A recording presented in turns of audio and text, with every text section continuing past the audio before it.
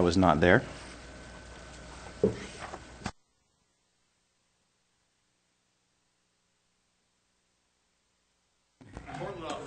It's May 31st, 2016, and this is the regular meeting of Moscow's Public Works and Finance Committee. To my right is Walter Steed, City Council. To my left, Catherine Did you throw her Bonsall, backpack? also City Council. Gary Reedner, City Supervisor over there. First up is the approval of the minutes from our last meeting on May 9th. They looked fine. There was a little bit of a scramble of some verbiage that we'll call a Scrivener's error that Lori has listened to the tapes and corrected. So with that change, I would recommend approval. It's fine with me. Okay, we consider those guys approved. Next up, professional services contract for construction engineering and inspection of 3rd Street reconstruction and utility improvements.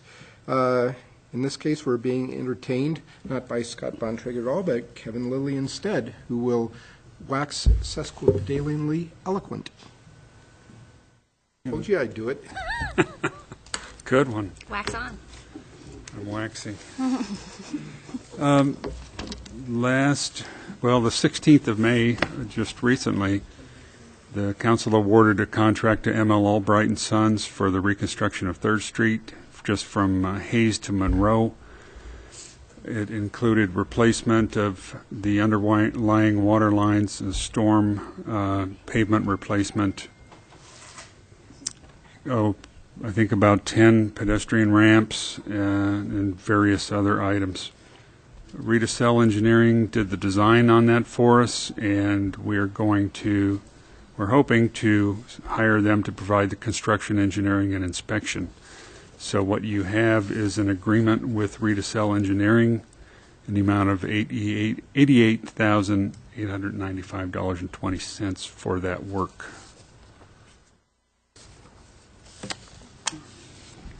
Well, I talked to Kevin earlier today with a do what, and he tells me that this $88,000 is 7%. It's 12% 12% of construction. but the design side was 7%. So the combination of two puts it in a ballpark that I can accept.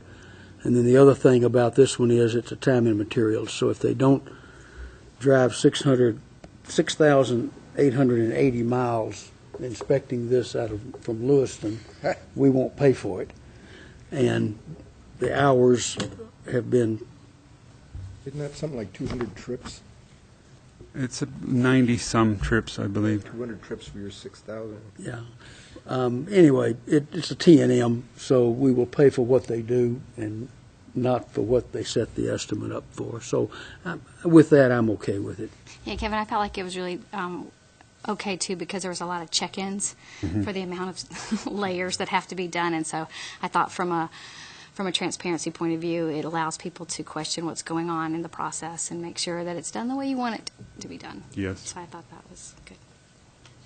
I thought so too. So we'll consider this one. I think you can go to Go right to consent. consent. We can. I think it's going to be a very consentful. And that's going to start when? I believe June 13th. Okay. I'll drive another street. Yeah, Who- that'd be a good thing for people. Heads up, the Yep. street's going to be closed. We've already contacted the property owners, and we're going to do it again prior to the beginning, so. Yep, and for the commuting public, figure out Yes. something else. And it will be closed? Website. We're going to keep it open as much as we can, so that's all I can tell you at this point. We're having a pre-con, I think, later this week, so get those details hashed out with the contractor. Yep, but it's going to be impacts to traffic. Yes, sure. Yes. So, I'm sure you've thought of it, but be sure and talk to Smart Transit. They may use that for a route. They do. Okay. Okay. And I think it overlaps with Rendezvous. Yes, the summer is going to be, that's always That's a the busy biggest strip, event but down there, isn't it? they will have access to the other 3 sides of the park Yeah. at all times, so, and we'll keep it open as much as we can. Yeah, it'll be fun to see the plan. Yeah. cool. Okay, Thank Kevin. you. Thanks, Kevin. Next up is downtown parking program revisions. Les McDonald.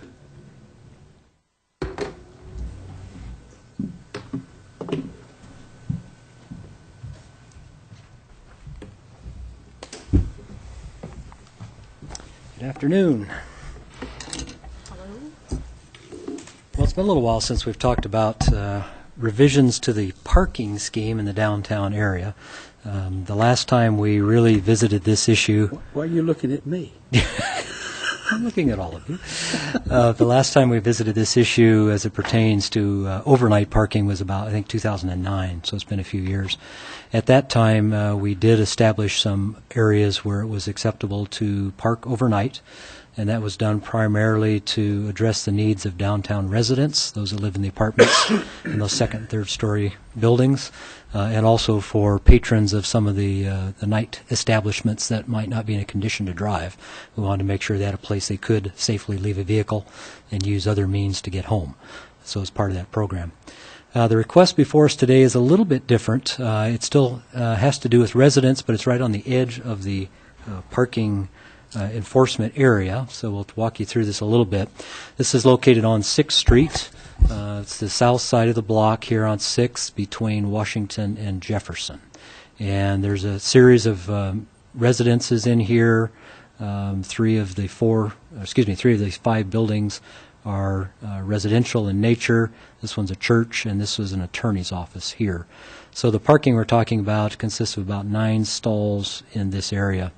And we've had a request to allow parking there. There's concern that they have residents that cannot park in front of their homes on the street. In some cases, they don't have off-street parking at all.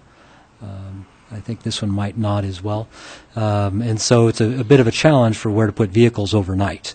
And so they came to us originally through the engineering office requesting a traffic control revision.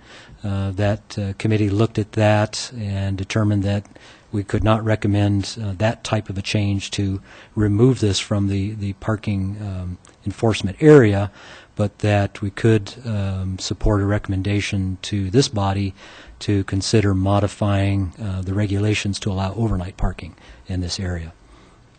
Just to give you a quick look at what the street, how it appears, this is looking easterly up the hill, obviously at the Washington Street intersection. This is that attorney's office.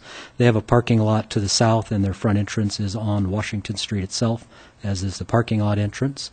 The first of those homes as we work our way to the east, so they do have some parking in front of this particular house. The next one, just before you reach the alley, does not have anything in front. And at the alley itself, you can see the church set up. They have a little bit of space back here, I believe, but nothing in front. And, and then the last house, as I pointed on the aerial, does not have any parking off-street at all. So the request has come to us to consider a change. This is the current overnight parking restrictions map that was last approved by the City Council. The area defined in purple is within the regulated zone for 3 a.m. to 6 a.m. no parking. And that 3 a.m. to 6 a.m. was a reduction from what it used to be, 2 a.m. to 7 a.m. some years ago. But we felt we could do that, and it's worked well. And that restriction is there to allow us to do, maintenance on the street system, that type of thing. The areas in red here are the previously approved overnight parking areas that came through the council. So 5th, 4th, 2nd, and a couple blocks of 1st Street. Again, really trying to address the need for overnight parking for downtown residents and for those, basically the bar patrons. The area we're discussing for a change is right there in the blue circle, and what's proposed in the ordinance, the resolution that is before you today, is that this map be modified essentially to show that same area then as allowable overnight parking on the south side of 6th Street. And that's really all there is to it. Fairly straightforward. The individual that made the request, unfortunately, could not be here today. The change-up in meeting schedules threw us off, and so he's out of town this week and was not able to attend. He sends his apologies for that. So any questions that you might have? Has this been to transportation? This, I'm trying to recall on this one. I don't think this one has gone to transportation. We generally don't take small-scale, individual parking revisions to transportation. Something like this. If we were looking at the entire area as we were originally, yes, but this one has not been. Because the allowable overnight that we did in '09 came out of transportation and out of their downtown parking studies. Is this block of 6th in the 3-hour zone? Well, I just happen to have that map at the end here. I thought this question might arise. The I don't know offhand. blue is the 3-hour zone, and so in this case we would be outside. It would be right in here, so outside of the 3-hour restriction. So the only restriction is overnight parking at this point? At this point, and then if that restriction goes away, then they would be limited by the 48-hour in one place restriction that's citywide. Okay, I guess it complicates it a little more than my original thinking was. It might be in the 3-hour, and that we're turning them over, and that this was proposing to let them stay all night, which I didn't have a problem with. Now we're opening it up for cars to stay there, and enforcing the 48-hour rule is very problematical. We've wrestled with that for years and haven't really figured out a way to do it. The only issue I'd say, and I do appreciate what you're saying, Walter, because this is close to the downtown core, but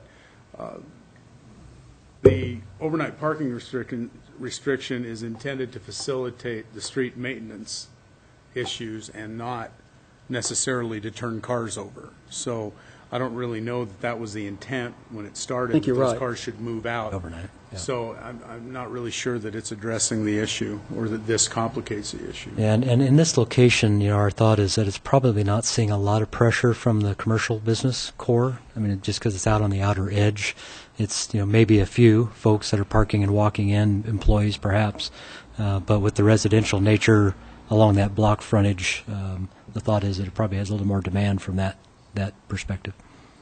As an extension of the maintenance issue, is there any foreseeable issues with snow removal, especially as you're heading up 6th Street? And certainly, that comes into play. We deal with that on every street out here that has traffic on it overnight. As you get in the residential areas, we deal with that all over town. There is some adjustment that would have to be made through our snow plowing operations. Yeah, because I'm seeing snow piled up adjacent to the cars going out, the owners coming out, shoveling the snow back into the street through there at a part where people are trying to develop sufficient inertia to make it up over the hill. That certainly could be a possibility. I mean, we have those snow operations at any time of day, and those kind of things could happen at any time of day, so it's not necessarily restricted to an overnight issue. Certainly the overnight would allow us to clear that a little more completely in those kind of snow events. And the other thing, There is always the potential that we could do, in those kind of situations, could do some temporary parking restrictions because of the nature of that hill that you're the approaching. other thing I was worrying about too is the house on B. Jefferson, I guess, has potential parking adjacent on the other street frontage, and the house without the obvious parking on the front has alley access going beside it. And have those been contemplated as other potentials, or is it an issue of we have no option, but we really would like to have overnight parking in front? Yeah, I did have that conversation about the Jefferson Street frontage. As you can see here, there's already cars there. I believe this is an apartment complex on the other side, and that puts a lot of pressure here with parking. I think they have some parking in the rear, but I think a lot of these are related to those apartments in that Actually, area as the well. rear belongs to the next It's the next apartment guy. up, and so they've Okay, got that so little then bit right in there, right. So really this is probably, and according to the resident we spoke with is here, that's what he was seeing, is that a lot of those were apartment related, so he had a hard time getting into those spaces. And if we go forward with this, is there any kind of precedent being set for other people who might similarly wish to modify the overnight parking issues, or would that have to be all de novo, independent of any findings we make here? Well, we always review them independently. The question becomes, does it make sense in this particular location? If this was elsewhere in the downtown, where we had a greater commercial frontage, if you will, I don't know if we would have been as supportive in Public Works as we are in this particular instance. If we were to look on the north side of this street, I don't know that we would have come forward with a recommendation to do this. But it's primarily just because of the residential nature and this one block as we're on the edge of the parking area. And if it turns out that things aren't working well, we can always... We can certainly go back. Gary? Les, what's the zoning in that area? Is that central Land use business? zoning? Boy, I do not know the answer to You have a that. land use guy here? I don't see any. Know that they Apparently are. not. Well, I was going to ask you a question, Les, because that green or purple house that used to be next to the church was part of the church, and then they must have sold it so that it's become residential, because it wasn't. That may Should be a be. parsonage Yeah, so there wasn't, at one time. so there wasn't a lot of people in there, and maybe that's changed it too, and then I don't even know about the other house, so maybe Yeah, it's maybe possible. that block's changing. So, Yeah, well, as I say, there's still a fair bit of residential over the overall within that block. Yeah, I guess I'm okay with it. Police department's okay? Well, the police chief is here. He can certainly comment if he has any concerns. So maybe you might tell me that you talked to him. He says he has no concerns concerns. from the police chief in the back of the room, for the record. Okay, well, I'm okay with it, and keep an eye on it. If it becomes a problem, we can always rescind it, I presume. I'm okay too. I'm okay too, so let us push this off on to consent agenda, please. Okay. Okay, next up is the 2016 Bike Route and Facilities Plan. Also, Les.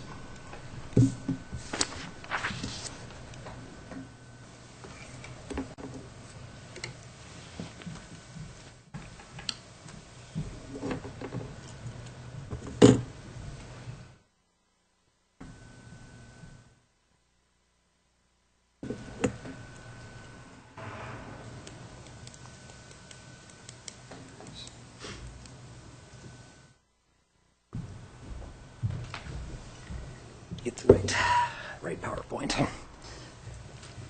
Okay, the bike route and facilities map.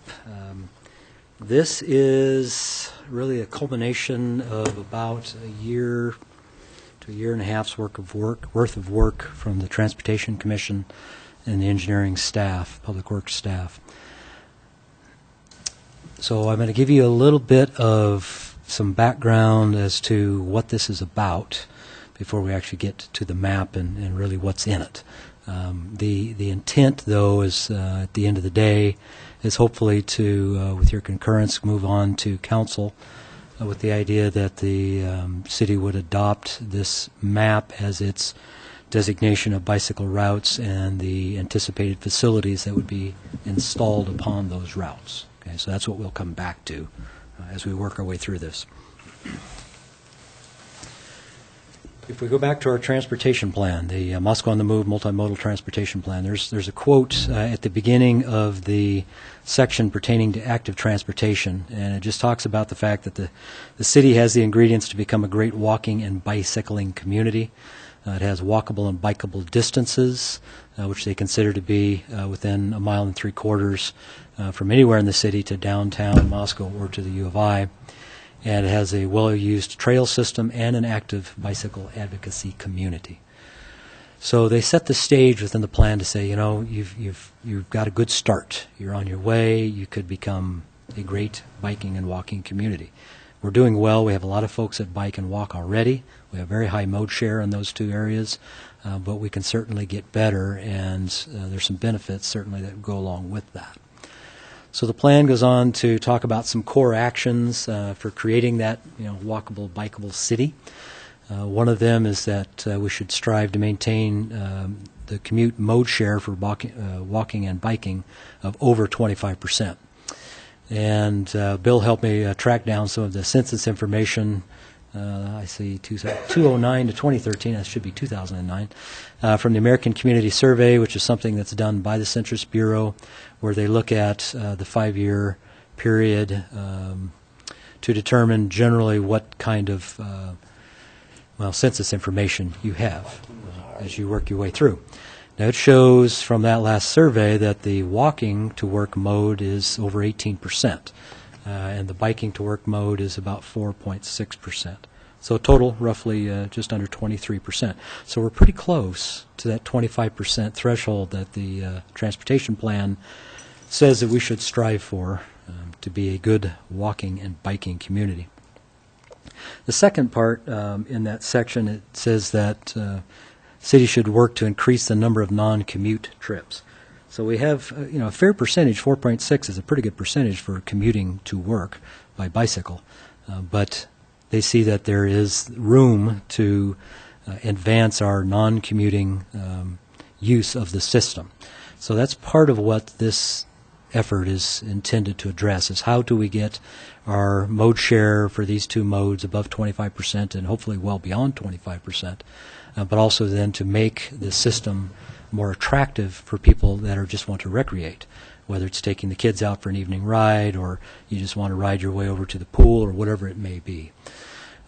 They note here that these are indicators of a community walk and bicycle friendliness. A bit of an awkward phrase, but what they're trying to say is that if you have these things, then you can be considered a community that is friendly to walking and bicycling. There were 4 recommended actions for the City of Moscow within the plan. It's in the active transportation section, so it's action AT1, active transportation 1. The first was to go ahead and use the toolkit that they provide to develop a variety of facilities, facilities that are usable by all folks, all ages, all abilities, and there's a number of different methods in which to do that, and they provide some of those recommendations within the plan. The next one was AT3, talking about expanding the bicycle network as the collector and arterial street network expands.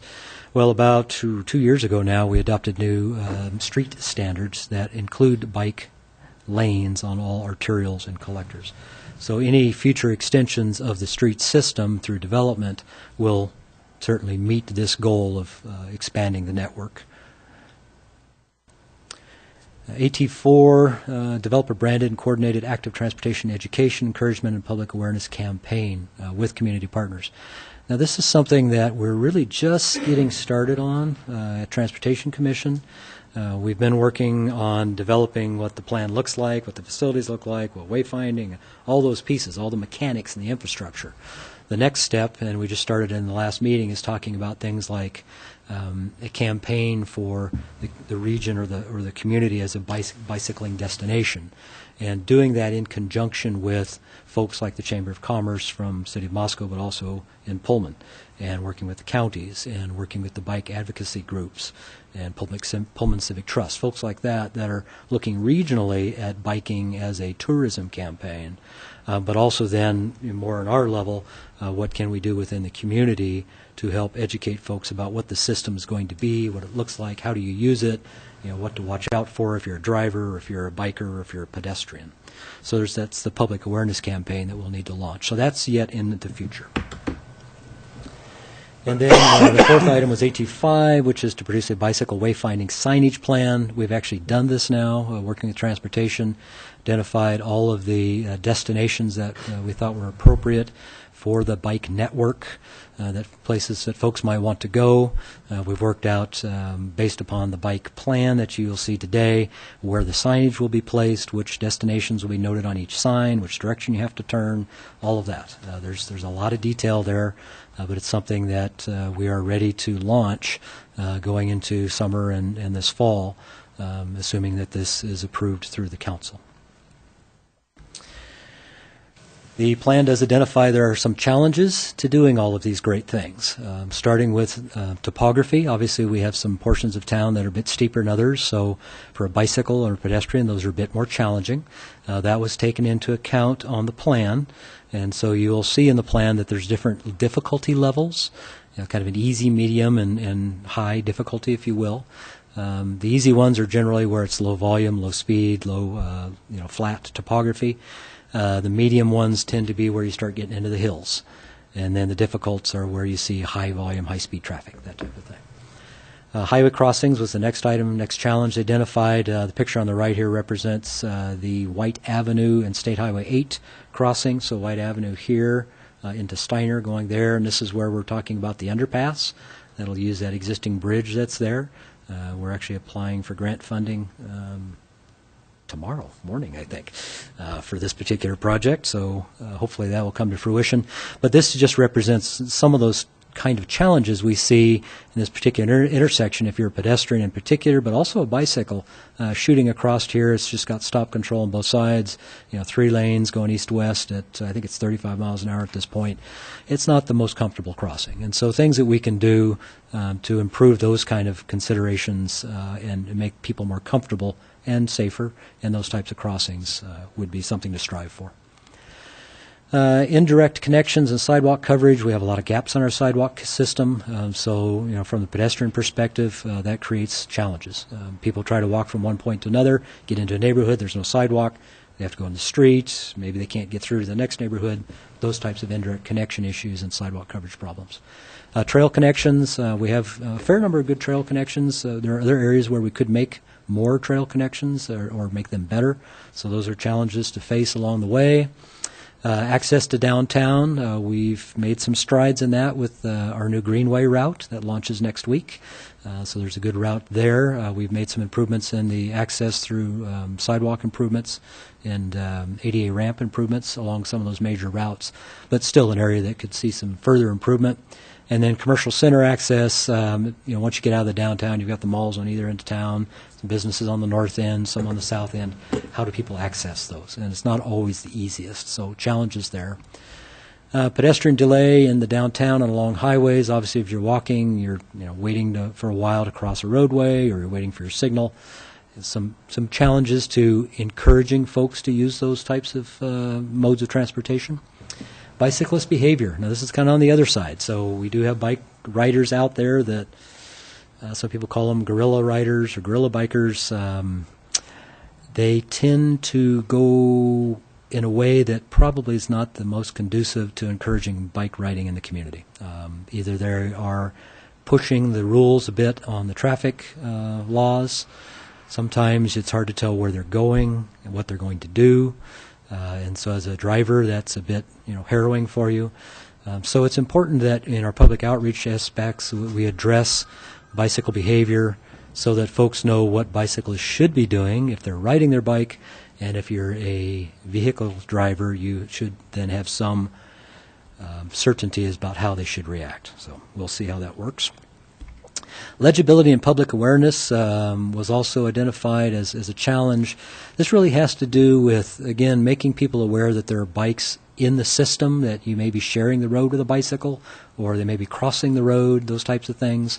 The legibility aspect has to do as much as anything with wayfinding, making sure that as you're a rider, that you can tell how to get from point A to point B. So here's an example of a wayfinding sign out of Gresham area. Just basically shows that, hey, this is signage for the bikes. They got their city logo here for their branding purposes, and then they've got their destinations, direction, and mileage or time based on an average speed. And that's an approach that we will probably follow with our wayfinding system as we move this forward. And then bikeway and sidewalk maintenance. Obviously, if you're riding your bike and there's a lot of gravel on the route, that's not very comfortable. Same thing if you're on a sidewalk. So certainly what we do in our operations for maintenance is important in how we deal with some of these things. Just some of the challenges identified in the plan, things that we need to be aware of. The plan also talks about different types of facilities, and this is pertinent as it relates to the map that you're going to be looking at today, because that map shows proposed facilities on these routes. Okay? So they identify in the plan things like shared roadways, which would be the typical share the roadway sign, no other additional markings along the routes. It's just awareness really for both parties, but primarily for drivers. Yes, you can't expect bicycles out here, so please be aware of that and share the roads. Neighborhood greenways, as I mentioned, we're launching our first greenway next Tuesday at 5 o'clock in Friendship Square. We'll have ribbon cutting with the mayor, and the mayor will lead us on an inaugural ride around the greenway. So we invite folks to come join us. It's going to be a great little event, and we're excited to see it happen.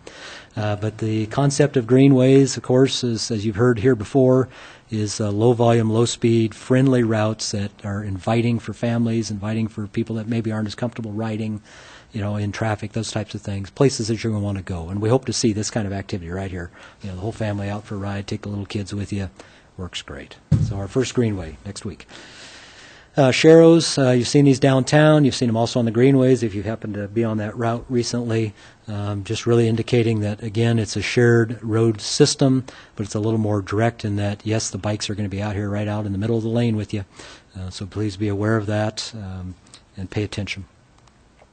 Bike lanes, our system and our map includes a fair number of bike lanes that are proposed.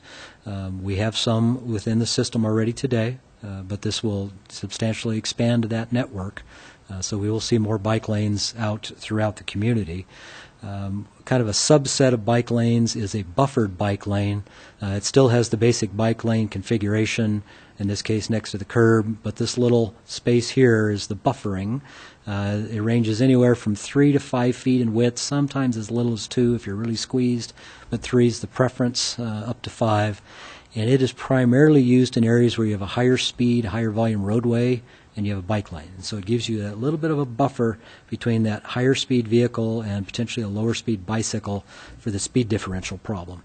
It just helps the comfort level. It just gives you a little more space if somebody goes a little strange. You know, a car has to move around something, bike has to avoid something. Yeah, the textures. It just gives us a little more room to operate. There are a few buffered bike lanes in the map that are proposed in a few select areas of the community where we had enough street width to accommodate it.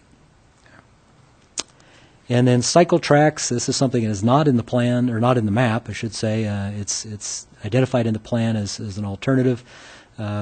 Places like Seattle and Portland have these. They really are dedicated, separated facilities, in this case, two-way traffic with a center stripe, physically separated here from vehicular traffic.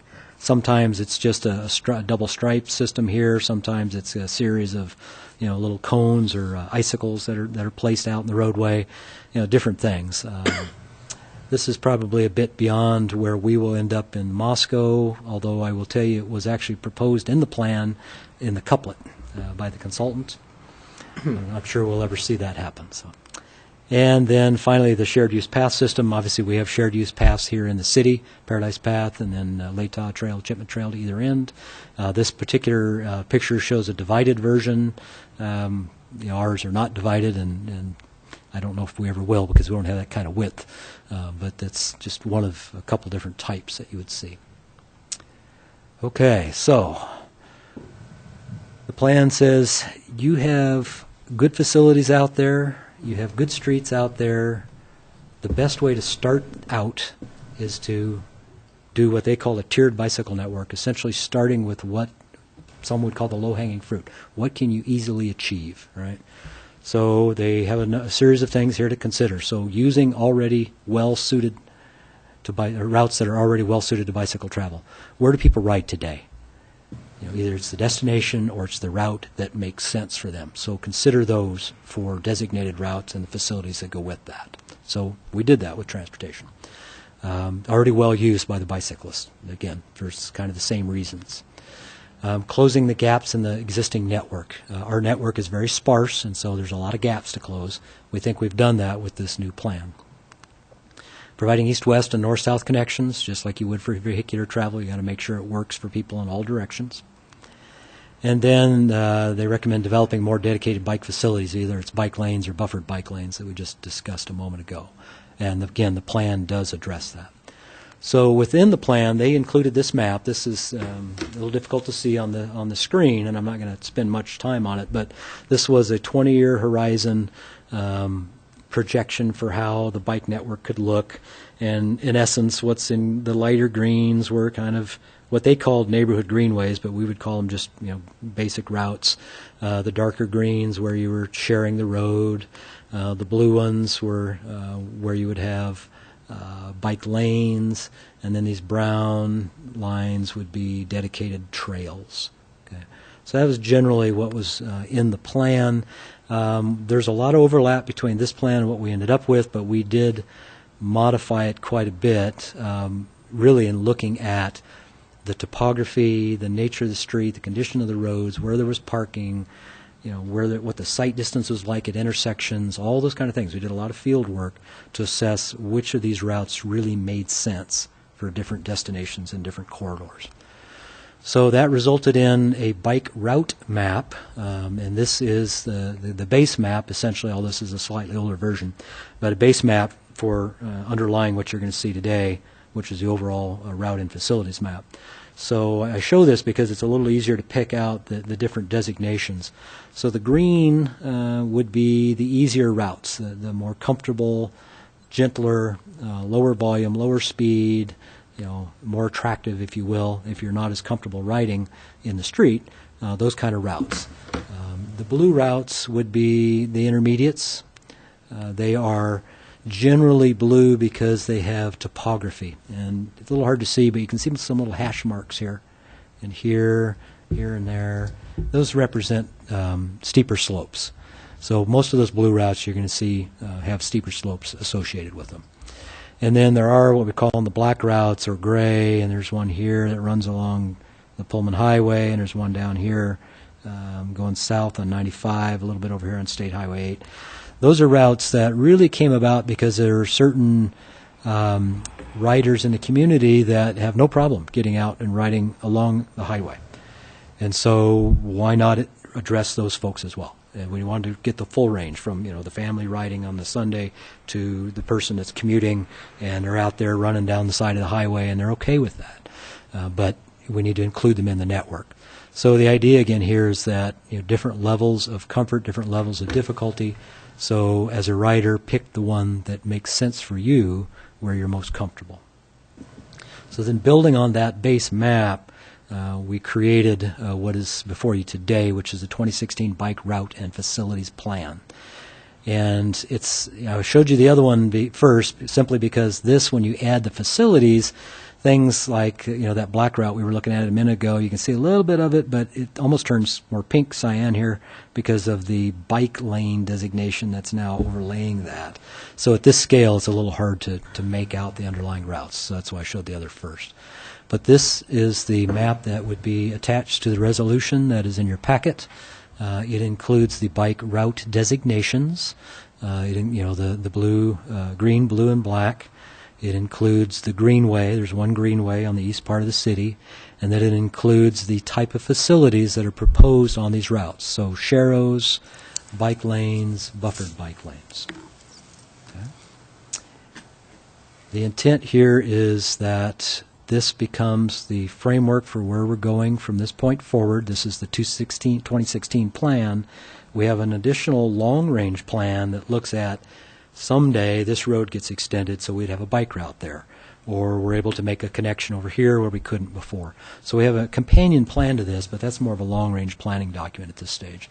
This is the one that we would use for implementation starting this year and this summer. Okay. You have a question? Well, yeah. I've been having conversations with people about the sharrows. Yes. It's been really kind of fun because it's a new vocabulary word for most people, as you know. And so I'll say it a couple times, and then they won't say it. I'm like, did you understand what I was saying? They're like, I didn't understand what you were saying. What was that word? Yes. Yeah. And so I was curious as to how you are best explaining that word to people so that I could use it. Yeah, it's well, I guess two ways. One is the intent is to indicate that it's a shared space. Okay. And the word is a conjunction of shared and arrow. Yeah. So you get Oh, the no, I knew what sharrow. you were doing. And so usually I try to help folks understand that's how it came together into one word, a shared space and an arrow indicating the bike's here, so it's the sharrow. But again, the purpose is to designate, with the sharrow that you're sharing it between the vehicles and the bicycles. Yeah, and I think that's the clarity has to be that as you move up in where it gets more difficult, more traffic, you actually have a designated area for the bikes, and in the sharrows, the whole street is available. And that's the only way I could explain to somebody that, if you wanted to meander all over the road, you could, because if there was no traffic, then that's okay. But it was kind of weird to hear well, where am I supposed to go? And I'm like, Right. just down the road. Well, generally, the way that sharrows are placed in the roadway typically is Should follow. we're trying to place it where we would prefer the bikes to be.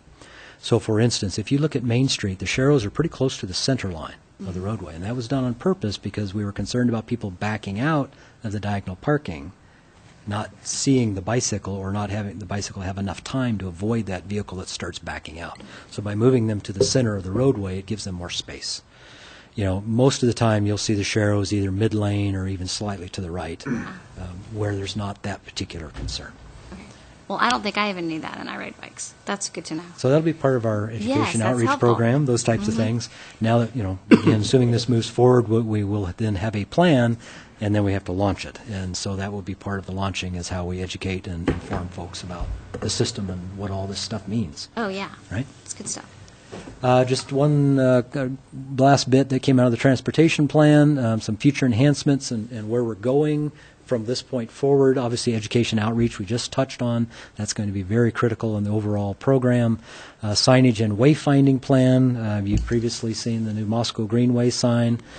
So those are going up this week, and we'll have at least one direction of the route signed before next week's ribbon cutting. End-of-trip facilities, that's something we really haven't gotten into yet, but it is something that we will be looking at as we move forward. Picture on the right just is one example of a very creative covered bike parking facility, small scale. We are going to be constructing a covered bike facility right out of City Hall here, just outside this corner of the building. Anticipate that'll happen next summer. We have grant funding for that comes available in October. So we'll look to have that under construction next year. General maintenance policies, we talked a few minutes ago about how do we clean things to make sure they're usable for bikes, so making sure we have consistent policies and approaches on that. What do we do with crossings and intersections? So we talked about some of those challenges, so those are things we'll have to look at. And then finally, is there anything we can do different for signal design and timing? That could be bike signals at some of the busier intersections that need to accommodate bicycles in the phasing. That's something we don't have here. Places, again, like Portland have those How dedicated does bike that work signals. with ITD? Well, that's the discussion we have yet to have. So, at any rate, those are the things that would be ahead of us in the coming years to address next. So It's good stuff. that was what I have. So I guess any further questions that you might have? I don't have any Glad to questions. That was answer. a heap of work, and I'm glad to Sure see was. Moscow encouraging non-vehicular transportation, or non-motorized vehicular transportation. So, Yeah, congratulations on getting it done. It's the first thing you showed me after I was sworn in, and it was so exciting to get to hear about it. Glad to be here. Walter, Les, do we have any bike routes now previously approved? Yes, there is an old bike route plan, and I'm not sure quite what the origins of it are or quite how far back it goes. It may be from the 90s, and it has, I think, 2 routes, one of which is right out here on 3rd Street and kind of wanders by There East was a City bike Park. committee or bike something That's where it came from. that think, existed when transportation was created in 1998 8, yes. that was then, dissolved by transportation Right. because it was not meeting or working at the time or something like that, and transportation kind of took it over. That's probably the origin of that plan. Like I say, I think there were 2 designated routes, and out in the field there are a couple of routes that have signage. For instance, if you're over in the Triangle Park area, I think it's called East Park. Eastgate Park. There are bike route signage there that goes up on Cleveland, it crosses 6th Street over that little funky sidewalk that goes on north. That's signed as a route going through there, and that is one of our routes. That's actually on the Greenway route now. So there are a few in the system. My question is, does this resolution need to rescind any previous adopted bike routes, and then this will take that over, and apparently in some cases it will overlap or incorporate them? We could certainly have the city clerk check and see if those were adopted by resolution of the council or just were designated. And I don't know the answer. If there was a resolution, certainly we could work that in. If not, then I think it'd be up to Public Works to determine whether they aren't included in these as bike routes less? Some of them are. Okay. And so we'd have to So see this would if there was supersede that. something that perhaps where We we may want some diverged. verbiage that says that this does supersede any previous, if this is so comprehensive. Yeah, we can check that out. And like Art said, I can only imagine the time and effort that went into figuring this thing out. Les, it talks about bike routes and facilities plan. Yes. Is there any other document beside this map we have in our packet? And the transportation plan that's previously adopted? With respect to the route or the facilities, I mean, this is intended to show the route designations and the proposed facilities on So this those. is it? There are other maps that show bicycle wayfinding, other features of the system. But as far as the designation of facilities and the routes, designation of the routes and the proposed facilities themselves, this would be it. This is it? There's not a separate There's not a companion summary companion document. binder or- of facilities plan? Okay. This is it. And then the signage that you talked about. Mhm. It took us 8 years to re-sign downtown Moscow. How long is it going to take to do the signage that's indicated in this? I mean, this is pretty extensive. This is Do extensive. we have a budget for it? Yes. There's a budget in the 2016 fiscal year, streets budget, and there also is grant money that comes available in October, and there's also additional funding in the 2017 proposed budget, fiscal year budget. Okay, so it will be moving forward. Yes. Okay. Heather? Oh, Okay. exciting. That's all I've got. Yeah. Well, relative to this, we can approve the bike route and facilities plan and the attached resolution. Should this go on to regular agenda since it's going to be a resolution? And it would also perhaps behoove the rest of the public to know what it is that we're doing with this. It's not required to go on regular agenda since it's not an ordinance, but certainly if you want to spread the word, having it as a regular agenda item and council discussion would help I facilitate think that. it's worth having it up there just for the sake of letting everybody else know what we're up to. So let's put it on the regular agenda, please. Okay, yes, sir. So Thank you you, can Les. bike in for your PowerPoint. You should bike in for your PowerPoint. Again? Ostentatiously. Okay, item number 5 is resolution for airport use of condemnation proceedings. Gary Reedner and Mayor Bill Lambert. Okay, I will just give a basic rendition. As you know, the City of Moscow and the City of Pullman are co-sponsors of an FAA grant to realign the Pullman-Moscow Regional Airport. As co-sponsors, there are certain things that the co-sponsors need to do. As you recall, we brought information in front of council seeking authorization for the city to join with the City of Pullman in obligating for the grant funds, and we will continue to have those brought before us as each grant is approved.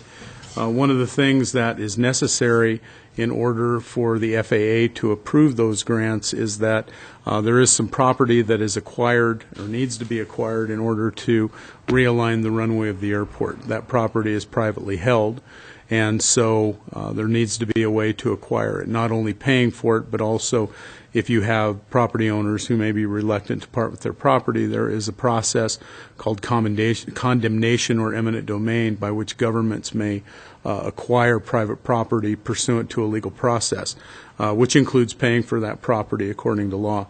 The FAA, obviously, since they're coming up with the estimate at this point, the maximum estimate is $119 million for the project, of which approximately $109 million is FAA grant. The FAA requires that the sponsors are willing to move ahead with eminent domain if necessary in order to acquire the necessary property to move the project forward.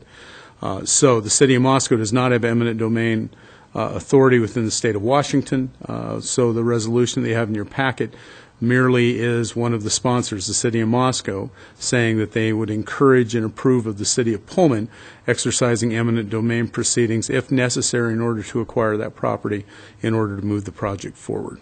And that, again, is one of the requirements of the FAA grant. So we'd always expected that if necessary, we would have to use eminent domain proceedings. We hope it won't be necessary, but it is a legal process that sometimes you need to utilize in order to move public projects forward.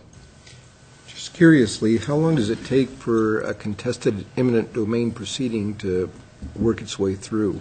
Well, there are expedited processes. I can only speak, I don't see any lawyers out there, but in Idaho, I'm sure Washington's is similar, that there are processes by which you make an offer for the property if someone wants to appeal it, or if you go to eminent domain.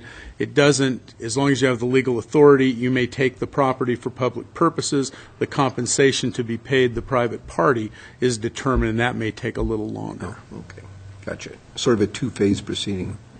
Well, I appreciated in the documentation that talked about what public, how it served the public. It was written out on, that was important, I thought, because I thought that's where people would question things.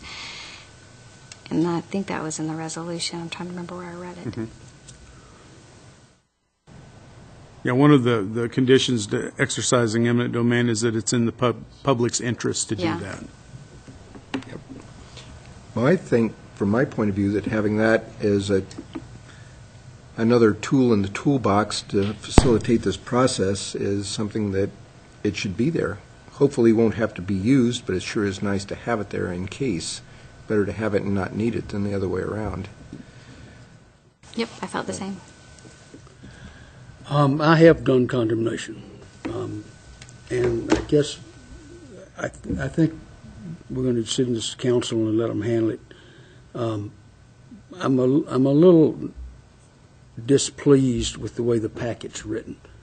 The packet item doesn't mention giving approval to the city of Pullman. You have to read the resolution to find that. You got to get all the way down in it, which is what it really is. That was my first question was, well, we can't condemn in Washington.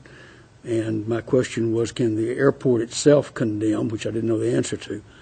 The resolution makes it clear that this is just supporting the city of Pullman condemning if need be. The other thing is there's a sentence in the packet that states that condemnation action does not necessarily mean it's adversarial. I would contend that if the problem is people won't answer your telephone, it becomes adversarial. If you want their property, you need it, it's justified by law, and you have to have it to progress the public good, it becomes adversarial. Well, on the flip side of that, though, too, Walter, you've got people out there that own property and may, for whatever reason, may not want to address it and may want to have an actual valuation what that land is and approve it through the courts rather than take the chance of just having an offer. And that's the transparent side of it. So the adversarial part of it, yes, that probably could happen, but it doesn't necessarily mean it will happen. Yeah, and I don't know how many condemnations you've been in, maybe quite a few, I have no idea. But part of the process, and the airport board doesn't take this lightly. It's something, and I chaired that meeting that we had to bring this forward. And it's something that is, it's a tool, as Art had mentioned, and what it does do, it does make the process move forward. Because if you have somebody that won't discuss things with you, talk to you, won't address it, you could stop something and it would never happen. And that's why I have it, of course. I understand it. Like I say, I've used but it. the point is, it doesn't necessarily have to be adversarial. That's just one point of view. So. I'm sure there may have been somewhere sometime, but I've never seen one of these where somebody said, let's just go to court because we're all friends and work it out that way and let the judge do it. But that's okay. I think it's going to be necessary. Where are you with WSU? Well, Is it's it part of the potential to use condemnation with Washington State? Don't know at this time because they are negotiating. But you So could. it's in the works. Well, you could do this with any landowner, Walter. It doesn't make a difference who the landowner is. It just depends on where the negotiations go and how things move forward.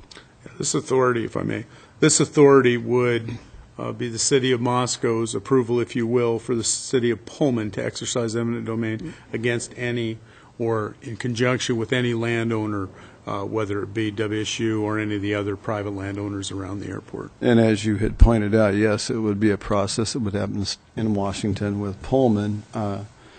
And so it would be one of those things that would have to move forward. And as where Moscow becomes involved, of course, is we're one of the sponsors, and the FAA looks at all sponsors that got to be a part of this and agree on it. So that's where that works in. Yeah, it wouldn't work very well for one of the sponsors to do it and the other one sitting there saying we don't like it. The FAA wouldn't appreciate that. Yeah, and Probably then we not. lose the So, whole yeah, thing. it needs to move ahead to the full council. You do have one either typo or grammatical in the resolution. Okay, I'm good with I There think I know is? which one you want. Which one? I think it's the one that it's for the city of Pullman. Oh, At any rate, we can Yeah. clean up that language. okay. So, yeah, so let's send that on up to full council, please. It's Okay. another one of those issues that's big enough to necessitate the other three counselors being part of. We do have the manager of the airport here, if you like to hear anything from him, or if he's satisfied that we've done what we need to do. Tony? It's up to you, Tony. Come on up here, for those that don't know you. Tony Bean, our airport manager. Like the mayor said, this is not a light ask of any kind, but in order for the project to move forward, the airport board cannot perform condemnation. It has to be one of the sponsors, and the way that the agreement is written between the two cities is condemnation action would be undertaken by Pullman, but only with the consent of the city of Moscow. So it really is a joint action, and it does require the city's consent. Cool. Works for me. We have So direction. moved on. Good. And any other business? None from staff. Okay, good. We're adjourned. Thank you.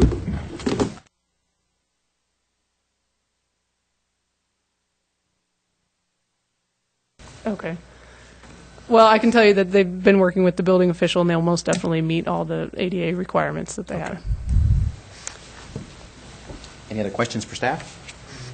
Yes. Are there any restrictions on the city-owned park